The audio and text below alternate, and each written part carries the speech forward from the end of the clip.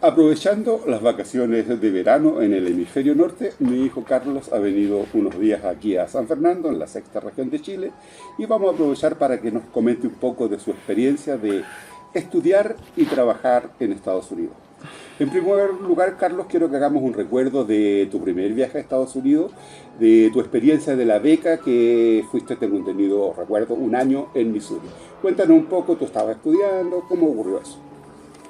Estaba estudiando y antes de continuar y responder directamente quisiera agradecerte, padre, él es mi padre profesor youtuber, por esta oportunidad y por el apoyo que me han brindado en todas las aventuras que vamos a relatar en esta entrevista. Pues bien, la pregunta concreta. Esta primera experiencia en Estados Unidos se desenvolvió mientras yo estaba estudiando mi posgrado. Yo estaba estudiando en la Universidad Católica del Maule, pedagogía en inglés con licenciatura en inglés y licenciatura en pedagogía. Por lo tanto, el título es profesor de inglés.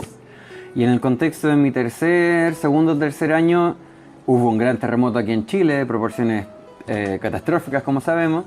Y en base a ese terremoto surgieron diversas iniciativas a nivel internacional, particularmente esta desde Estados Unidos, para ofrecer becas totales por un año a estudiantes de las zonas afectadas. Y la séptima región, que es el lugar donde mi universidad se encuentra, perfecto. Entonces, como estaba comentándole, sencillamente hubo una iniciativa de becas completas para estudiantes de pregrado de la Universidad Católica del Maule. Vi un anuncio en una muralla, en una pared. Ven, postula, te pagamos los test de inglés, te pagamos el TOEFL que era en ese tiempo, etcétera, etcétera. Y puedes estudiar un año en alguna universidad de Estados Unidos. Y eso básicamente fue lo que en la entrevista anterior, que algunos podremos recordar, fue lo que me llevó por un año a ser estudiante, solo estudiante, en la University of Missouri. Bueno, cuéntanos un poquito, hagamos un recuerdo de lo que fue ese año. ¿Qué significó para ti en tu desarrollo profesional? Me motiva mucho conocer el tema del manejo del idioma inglés. Cuando uno llega a un país, en este caso Estados Unidos, y a un nivel académico, el inglés que habías aprendido en casa, en la universidad, local, acá Católica en Maule. Cuéntanos un poquito cómo fue esa experiencia. Fue una experiencia que se desenvolvió en varios pasos. Los expertos ya hablan del shock cultural, del cual todos hemos escuchado. Y la experiencia que yo tuve del impacto cultural de llegar allá fue, en primer lugar, si me perdonan el chileno, no entiendo ni una weá. Ahí tú lo editáis si querís, no me cuento. Lo que significa del impacto cultural es que uno, teniendo la confianza hasta llegar al país de que sabe el lenguaje, una vez que aterriza en ese lugar, siente que no entiende lo que dice la gente. Hay una desconexión grande, no en clase, no en términos académicos, sino que en el inglés que se habla en el día a día, en el inglés que tú escuchas en la micro, en el inglés que tú escuchas cuando los jóvenes, mis colegas estudiantes en ese momento iban a almorzar, por ejemplo. The real English, The real world English, exactly. Entonces el inglés del mundo real, material fuera de la burbuja académica, era algo chocante, porque francamente no entendía lo que me decían. ¿Cuánto tiempo toma en acostumbrar el oído, acostumbrarse a esta nueva realidad?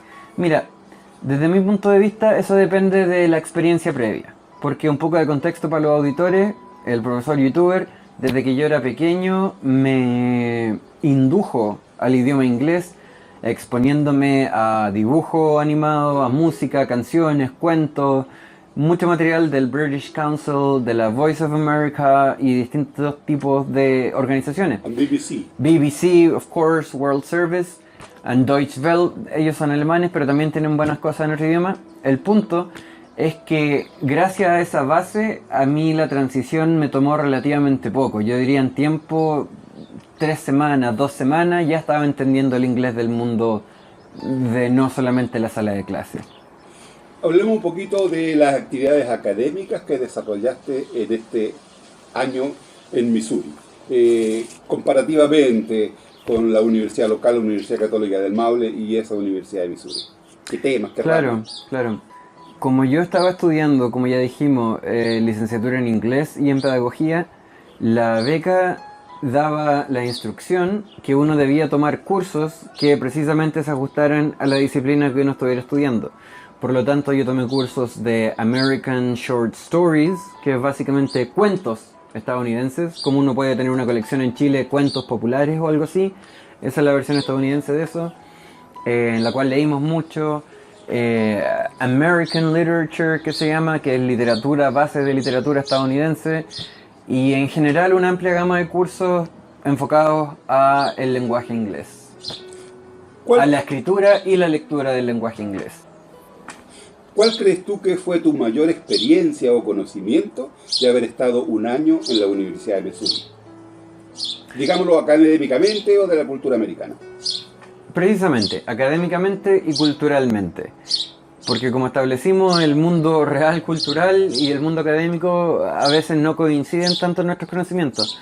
Entonces yo diría que los hechos más importantes fueron, claro, en primer lugar desde el punto de vista académico, el tener una visión de un espectro total de literatura estadounidense, de escritura. Tomé un curso de Creative Writing, que significa básicamente escritura creativa, en la cual nuestra asignatura, junto con leer historia estadounidense, era escribir nuestras propias historias. Otro significativo académicamente fue antropología cultural, que eso se conecta con lo que vamos a hablar enseguida, que es el entendimiento de la cultura. Ahí aprendí el lado académico de cómo las distintas culturas se relacionan las unas con las otras. Y volviendo al lado personal, ese entendimiento me favoreció el nacer a esa cultura y sentirme como en hogar, sentirme como en casa. Al principio ese periodo, como tú dijiste, de adaptación al shock cultural, es como que uno no está muy presente en el mundo. Sin embargo, a medida que uno va incorporando culturalmente distintos conocimientos y experiencias, se va dando esa sensación de estabilidad. Ahora quiero comentarte, yo que como padre, como una persona externa a tu proceso, creo que lo principal que tú aprendiste allá es de que era posible estudiar y trabajar en alguna universidad americana, y por lo que tú me has contado, es muy frecuente, tengo entendido, las universidades americanas, encontrar estadounidense, alumnos, puesto que las americanas son las Américas. Estadounidenses. Alumnos extranjeros. El asunto, parece que todas las universidades tienen alguna oficina para asuntos extranjeros. Y eso va a enlazar con la segunda pregunta.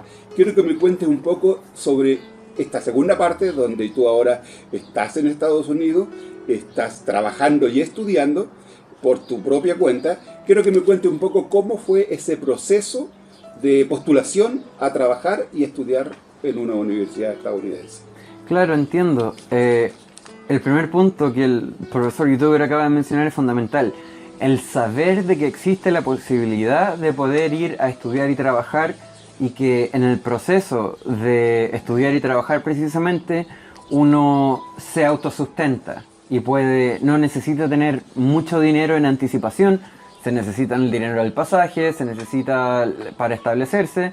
No obstante, una vez llegado allá, dependiendo del trabajo, uno puede vivir y estudiar en base a sus propios méritos. Entonces, el primer punto, el viaje a Missouri me permitió entender que eso era una realidad, que eso era una posibilidad. Conectándolo con lo personal, una novia de Missouri, Lei Wang, ella es taiwanesa, ya no estamos juntos, pero muy buen contacto con ella. Ella estaba en ese sistema en su disciplina, que era psicoterapia. Y ella terminó su magíster allá en Missouri precisamente y estaba buscando doctorados para otra universidad estadounidense. Y ella me dijo claramente de que en Estados Unidos los doctorados tú no tienes que pagarlos, te tienen que pagar a ti. Porque el trabajo que desarrolla en Estados Unidos como estudiante de posgrado es muy valioso. Cuéntanos un poquito, antes de llegar a ese tema, tu experiencia. Tengo entendido que ya en 2 años de tus estudios estudiante y trabajando ahí en la universidad, obtuviste ya un grado académico que podría ser un equivalente a un magíster en Chile.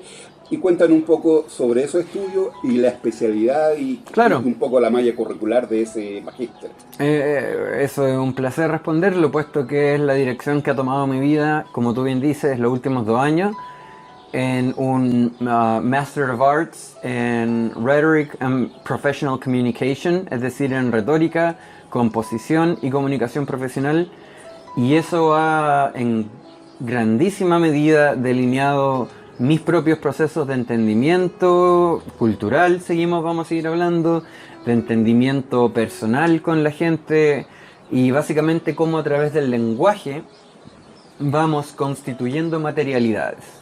Entonces eso es como la visión sinóptica de lo que he estado haciendo en ese Master of Arts in Rhetoric, magíster en retórica. Y podemos entrar más en detalle, no sé cuál el nivel de profundidad que quisieran en la respuesta, no obstante esa es como la sinopsis. No, quizás me interesaría conocer un poco las dificultades que significó para ti, ya no como becario, sino que adquirir una responsabilidad como, no sé si era profesor o profesor ayudante, y al mismo tiempo tú estudiar tu magíster. ¿Cómo pudiste compatibilizar esas dos actividades? Fue un proceso similar a al aterrizaje en Missouri, con esa beca que ya conversamos. Fue un proceso gradual. El primer año fue duro, fue difícil, tuve bastante sensación porque, como el profesor lo ha explicado, ya no solamente era un estudiante, sino que también yo era un académico, era un profesor de estudiantes universitarios. Por lo tanto, la responsabilidad dual era algo que sencillamente yo no tenía en mi experiencia. Por lo tanto, el primer año fue complejo. No obstante, a medida que fueron avanzando los años, y como tú bien dices, los primeros 2 años terminé la maestría, a medida que fueron avanzando, el primer año, que fue el más difícil, el segundo ya fue la cuesta arriba, que puede decir uno, en la cual ya me integré a la cultura académica de ese nivel, como académico yo, y también como profesor, enseñándole a los universitarios con los cuales ya había compartido como colega, como estudiante. Entonces, lo que significa eso, en resumidas cuentas, en estos primeros 2 años, el primer año fue como de aclimatamiento, el segundo en adelante, llevo 3 años en total, ahora voy a comenzar el 4º año total, fue un proceso gradual de asimilamiento cultural, individual y cultural, a la cultura académica, a la cultura del mundo material real, de la realidad, y un progreso hacia el entendimiento de todas esas distintas facetas de la vida. Hablemos un poquito ahora de esta segunda etapa o etapa final, podríamos indicar, de que consiste precisamente en hacer o empezar el tema de un doctorado. Cuéntanos un poco en qué consiste el nombre y cuáles son tus ideas de desarrollar este PhD degree, como Exacto, dicen los PhD. PhD significa sencillamente, en cualquier disciplina, doctor en la filosofía. Por ejemplo, lo que yo estoy estudiando es un PhD in Rhetoric and Professional Communication, lo que se puede traducir sencillamente como una doctoría de la filosofía que tiene la retórica y la comunicación profesional. Y esa distinción importante es la que podemos entrar después. Pero ¿sí? Entremos un poquito en materia, tratemos de definir el concepto retórica. Sé que es muy amplio, pero tú ya estudiándolo un par de años, ya cuéntanos un poquito en cómo lo definirías para poder entenderlo nosotros los chilenos. Y los chilenos que somos yo también, pues si no nos olvidó el profesor Toledo. Esa es una pregunta, de hecho, que yo mismo me hice por aproximadamente 1 año y medio, antes de poder definir y tener una respuesta que me satisfaciera. Y sabemos todos que la fama que tiene retórica ahora es que es básicamente hablar bonito para decir poco, básicamente. Hablamos de la retórica de esto sin acción, de la retórica de esto otro sin acciones. Sin embargo, la retórica en un sentido trascendental, me he dado cuenta, y esta es una definición de un académico holandés, cuyo nombre se me escapa, es que es el proceso a través del cual se evoluciona y transforma la opinión colectiva con medios pacíficos y retóricos. La repito porque sé que un poquitito es como harto. Nuevamente, la opinión pública y en base a opiniones individuales, por supuesto, a través de la retórica, lo que hacemos es que la opinión, la forma de pensar al respecto de las cosas de la vida, se modifique y evolucione y trascienda de manera pacífica, a través del lenguaje. Y eso nos trae nuevamente a la retórica real, no solamente retórica para escribir discursos bonitos, por decirlo en términos simples. Hablé un poco del currículum ahora en este grado de doctorado. ¿Qué temas se tratan? ¿Qué lecturas? ¿Cómo se estudia? Para entenderlo un poco. Sí, la malla curricular. Primer semestre. Llevo un año de doctorado. Primer semestre, si no recuerdo mal, puedo estar confundiéndolo con el segundo, pero el asunto es que dentro de la malla hay un ramo. Como todos sabemos, hay distintos niveles de ramos. Los ramos de nivel 600 en mi programa en mi universidad son los de mayor. Los ramos de nivel 600 en mi programa en mi universidad son los de mayor involucramiento cognitivo laboral, puesto que las lecturas son mayores. Literalmente uno lee 1 o 2 libros a la semana y en base a eso tú produces síntesis y contribuciones. Entonces, en ramos concretos, tomé básicamente solo ramos de nivel 600 para terminar luego y tener más espacio en estos próximos años para respirar. Organización comunicacional. Cómo a través de la retórica tú organizas algo como desde un país, una junta de vecinos, una empresa, una corporación, cómo a través de la comunicación, y eso es básicamente retórica, de comunicación en sus distintas formas, cómo a través de la comunicación tú organizas algo. Ese fue un ramo que me marcó fundamentalmente porque me dio, y ahí lo podemos conversar en el futuro, me dio chispas de lo que va a ser mi proyecto y que estamos desarrollando. Antes de volver al tema de tu proyecto, que creo que con lo que vamos a cerrar, me gustaría que nos contara un poco tu experiencia ahora de profesor de la universidad. ¿Quiénes son tus estudiantes? ¿Por qué más café estudian? No, está bueno. Cuéntanos un poquito en qué consiste tu trabajo de enseñar, cómo se llama la asignatura y quiénes son tus alumnos. Yo he enseñado 3 cursos en total en Iowa, porque cada año que he estado estudiando también he estado enseñando un curso.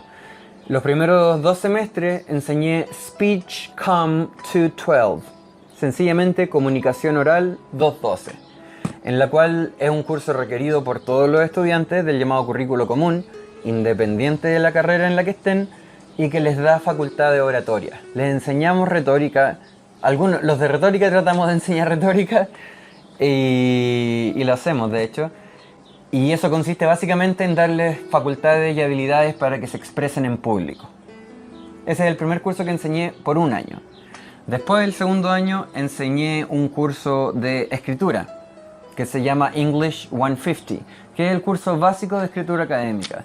Imaginemos que si tú sales recién de la high school o de la enseñanza media del liceo y te vas de inmediato a la universidad, hay una diferencia, como ya expresé en mí mismo, hay un salto que tenemos que dar cognitivamente para poder participar en esa conversación. Entonces estos 2 cursos de escritura básica y de oratoria les permiten a los estudiantes encontrar su propia voz en el contexto de la academia y no sencillamente aprender y regurgitar. En términos concretos, ¿qué significa esto? Como yo le digo a mucha gente acá, voy a enseñarle a los gringos a hablar y a leer y a escribir en términos universitarios. En eso se reduce todo. Me gustaría que me contaras, o nos contaras, este tema de los estudiantes internacionales que llegan a Estados Unidos, pero fueron en particular a los estudiantes extranjeros con los cuales tú te has tenido que relacionar como académico, como profesor. ¿Qué experiencia sacas tú de eso? Ha sido múltiple, porque por una parte como académico me relaciono principalmente con gente del departamento de inglés, por supuesto, dentro de inglés de retórica. No obstante, en el departamento de inglés están los escritores que decimos, que es el Master of Fine Arts, una maestría de artes finos en escritura, que con ellos también nos juntamos y nos relacionamos muy bien. Están la gente de literatura, entonces toda una comunidad de inglés. Y eso es lo académico directo del departamento de inglés. Ahora bien, se extiende a nivel de amistad, de gente social, los contactos, y como todos estamos en las mismas básicamente en la universidad, uno inevitablemente, irrevocablemente se pone en contacto con gente de muchos campos. Yo, por ejemplo, tuve un roommate, un compañero de casa, que él es chileno también, sigue estudiando allá, y él estaba en un doctorado en genomics, que es como mapeo genético y genómico. Ni siquiera sé definir muy bien eso, pero es como el nombre de lo que estaba estudiando él.